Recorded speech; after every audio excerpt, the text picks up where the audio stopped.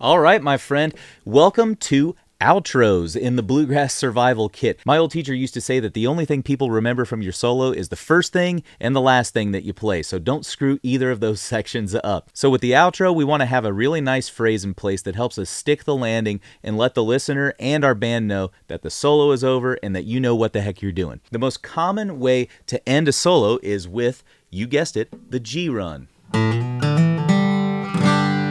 So if we look at our solo for Will the Circle Be Unbroken, it's a really good idea to, after you play that last melody note, stick a G run there.